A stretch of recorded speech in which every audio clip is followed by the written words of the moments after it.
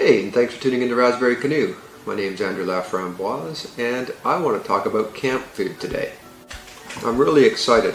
Over the next 3 weeks, I've got 2 epic trips booked.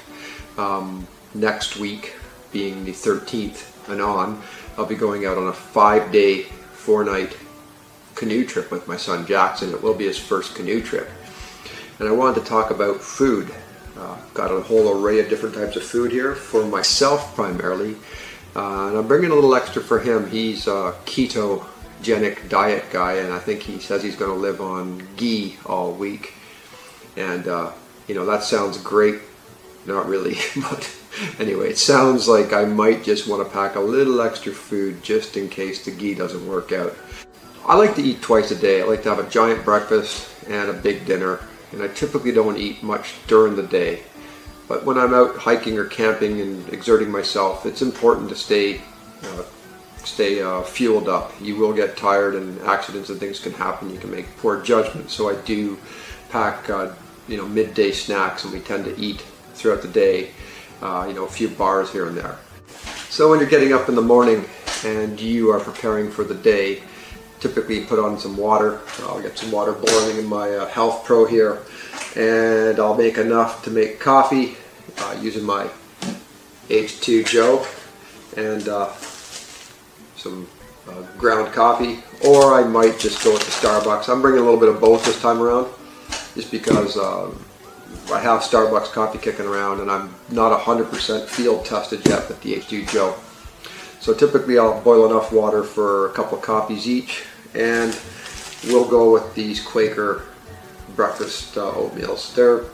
You can just rip them open, pour hot water right inside, eat right out of the bag, so to speak. The garbage is burnable and all that good stuff.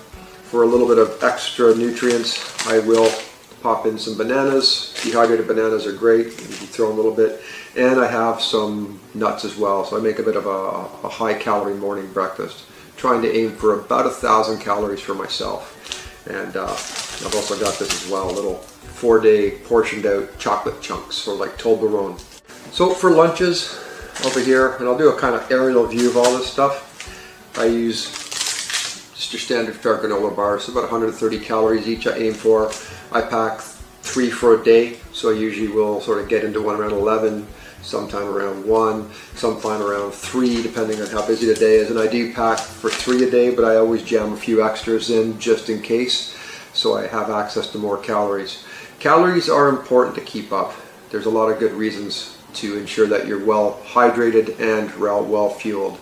My hike La Cloche last year, I did end up getting into a state where I was under fueled and under hydrated, and it was getting really tricky to make that somebody a sense and a sense. So keep in mind a decent amount of fuel in your tummy, and lots of hydration is key. Hydration when canoeing is super simple. Packing these guys here, the B-Freeze, basically you just open them up, put it into water, stir it up, and squeeze and drink. There's been some criticism about the durability of these bags, and they've let us let certain people down, so I typically do pack 1 for each person on the trip, which gives us enough redundancy in the event that something goes bad. Plus, it's nice to have your own water bottle, but in a state of disaster, we're willing to share. I also do a lot of morning boil. I could be boiling water in the fire at night, or I do have a big canister here. Let's see if I can get it out.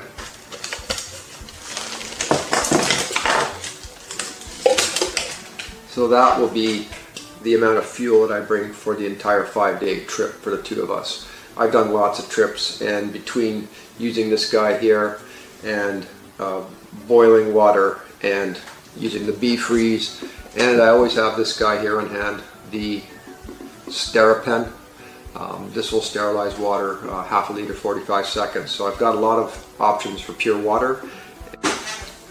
For the dinners, I have a mixture of different things I've done over the years. So we're bringing in some steaks, and we'll probably eat steak the first night with something like this here. This is a big bag of lentil soup. I cooked it, served it up, had a great family meal with it, and I dehydrated the rest. There's probably enough in there to feed me over 2 days, and it really doesn't weigh anything at all. And it'll just be pre-soaked in a Nalgene container. Just throw a ½ liter of water in that, dump half this bag in there, and let it sit. That's 2 days worth of meals. Team it up with a steak and you've got yourself a really hearty meal. I've also got dehydrated vegetables. So there's onions, tomatoes, there's peppers, there's a whole array of different vegetables in here, and I can use that to supplement my meals throughout the week. Right here, this is awesome. I went and dehydrated habanero peppers, Scotch bonnet peppers, cilantro, garlic, and onion, and I just threw it in my coffee grinder and ground it as powder. It is one of the most amazing spices I think I've ever had before. Not to sort of pat my own back, but this will be going on everything. With the steak, I do like to bring in something that'll sort of last a week. So, I'm not a big meat eater, but when I'm out camping, I'm a big meat eater. So we will have enough meat to sort of cut into a couple of different meals. I've got some chili. That's a double serving, believe it or not. Again, same routine. Throw it in a ½ liter of water and let it just soak for a couple hours while I'm paddling, and we can be ready to throw it on and cook. Then I've got spaghetti, minus the noodles, which I have to go and get. It's a good thing I'm doing this video. So I've got the sauce and I've got the meat. I went and took 3 bottles of Costco spaghetti sauce, and I know it's cheating, but I was just kind of tight for time. And that's 1 bottle of spaghetti sauce right there. And then I took 3 packages of their extra lean ground beef. I think it was bison actually. And that's 1 package. This is actually enough spaghetti to feed probably 4 people with the noodles. So again, keto boy, just in case. And then finally, a little bit of curry cashew soup. I'll be mixing that with some nuts and some of the vegetables that I have over here to make a nice soup, maybe for a lunch or something light. And this is something that I used last year a ton. I basically put together a menagerie of beans, spices, quinoa, rices, and different things. And this is enough to feed 3 people without issue. So I can break that in half, let it soak, and then let it cook for a little more time. It's not a dehydrated meal, but it is dehydrated by nature because of the way that it's just everything there has been dried, but it's needing to be fully cooked. So this is where the stick stove comes in great. I just fire this guy up, it boils the water, it basically dies down, and this thing will just sort of stay there and stay warm, almost unedibly warm on top of that, and not burn. So I really like it. Other than that though, my stove I've been over before, and I've been over most of the gear that I use to cook. I am looking forward this year to trying out the H2 Joe right here, and I'm going to show you how it all packs up. Yeah, so I got the breakfast sort of stacked in there. I don't see too much in the line of thinking here. I know I'm going to be eating breakfast and chocolates throughout the whole trip. Stack them in with some dinners. I'm going to leave a few of these guys accessible. My day pack.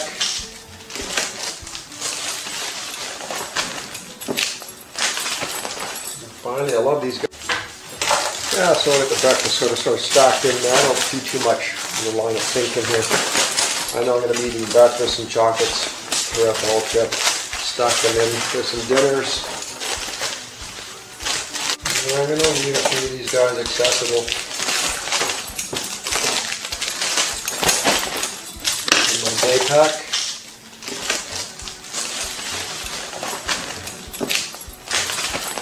And finally, I love these guys. Scott's industrial towels, tongs, and I've got my rope. There's my hanger for my rope. Anything else? I think that pretty much covers everything inside the bag.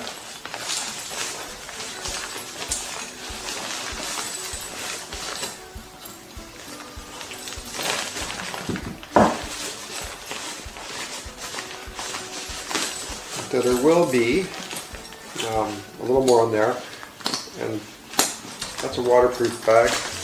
And I like this because it's got the double the double connect there, so I can run that through, and that becomes the foundation of our bear hanging bag. And I've had this thing out a number of times now, I don't know how many times, and I've glued it and fixed it. It's tough, does the job. And I thought this was kind of neat. I'm going to add a little more stuff in here, but that's the ground coffee, the Starbucks, the H2 Joe. I've actually got some vanilla latte flavored stuff that I'm going to throw in there for a little bit of a luxury, but you know, the entire coffee making system will be right there. This is a pretty cool system. This is the Health Pro Titanium 3. I have taken this and just left it in the fire. This is my sort of fire cooker. 1.2 liter. Now straight into this 800 mil. And this is the part I love. This is enough fuel for the entire week for, you know, basically the morning stuff. A little bit of tin foil is always handy to have. And I got alcohol wipes. Really does a good job in getting tree sap out of things. If you ever have tree sap issues like I do. The little BRS pocket rocket here, whatever they call it, just a little guy. It's called BRS Titanium. A great stove, super light, does the job. It's just a little bit shaky, so you gotta keep your eye on it. Ooh, the spices, I'm hoping to introduce them in there. Never put that in before. A couple of toothbrushes, toothpaste. I've got the Sea to Summit shampoo and body wash. I don't know if I'm going to bring them. It's a bit early to be doing biodegradable washing, but it's there. Love these guys here. They're just little pills. You just heat them up with hot water and you got yourself a lovely cloth for wiping down, washing up. Listerine for bad breath. Sponge. Dish soap. Lighter. And a little tiny flashlight.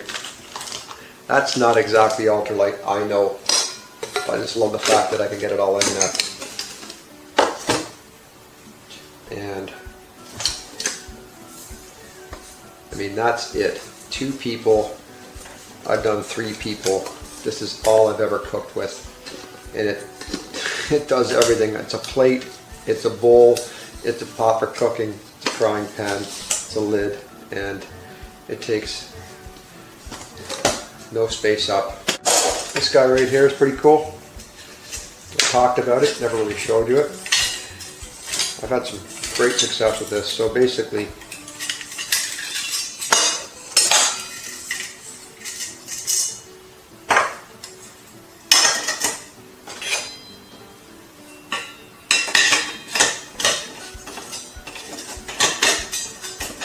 I'm going to mess that up. Oh, there it goes. This goes on top.